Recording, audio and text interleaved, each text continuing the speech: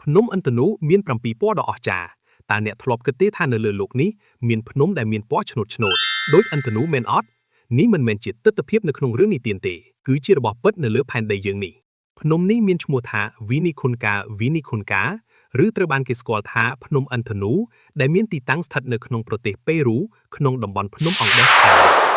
អ្វីដែលអស្ចារ្យនោះគឺពណ៌ឆ្នូតដ៏ស្រស់ស្អាតទាំងនោះមិនមែនជាការលាបពណ៌ដោយដៃមនុស្សឡើយតែវាជាលទ្ធផលនៃការកកកុញនិងការប្រែប្រួលនៃរ៉ែធម្មជាតិខុសៗគ្នាជាច្រើនប្រភេទដូចជាជាតិដែក Sponsor និង Magnesium ដែលបានចំណាយពេលកកើតរាប់លានឆ្នាំមកហើយប៉ុន្តែរឿងដែលគួរឲ្យភ្ញាក់ផ្អើលបំផុតនោះគឺកាលពីមុនគ្មាននរណាម្នាក់បានដឹងថាមានភ្នំនេះឡើយព្រោះវាត្រូវបានគ្របដណ្ដប់ដោយផ្ទាំងទឹកកកយ៉ាងក្រាស់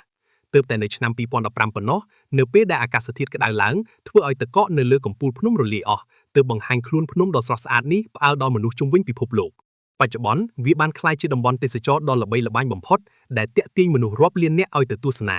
តើអ្នកចង់ទៅថតរូបនៅទីនោះទេកុំភ្លេចចុច follow ម្នាក់មួយផង